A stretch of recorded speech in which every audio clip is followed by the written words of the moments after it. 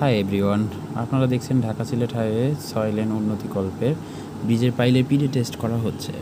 আপনারা জানেন PDA test করার জন্য প্রথমে পাইল কাস্টিং করা হয়, পরবর্তীতে পাইলের হেড ব্রেকিং করে আবার 2 মিটার পাইলের হেড ডেভেলপ করা হয়।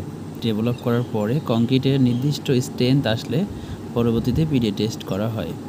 এখানে সব সেন্সর ফিটিং শেষে ক্রেনের ডাবল হুকের সাহায্যে পুরো লোডকে ধরে রাখা হয় এবং সিঙ্গেল হুক দিয়ে ট্রিগারের কাজ করা হয়। ট্রিগারের হুক টানলে সম্পূর্ণ লোড পাইলের উপরে গিয়ে পড়ে, এর মাধ্যমে পিডিএ টেস্টটি সম্পূর্ণ হয়।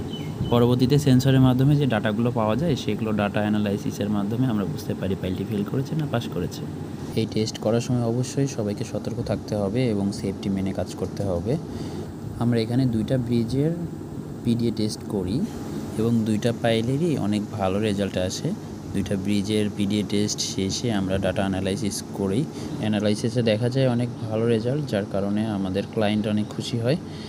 তো আজকে এই পর্যন্তই। পরবর্তীতে আমরা আরেকটি ভিডিওর মাধ্যমে আপনাদেরকে দেখিয়ে দিব কীভাবে ডাটা অ্যানালাইসিস করা হয়। ধন্যবাদ, ভালো থাকবেন।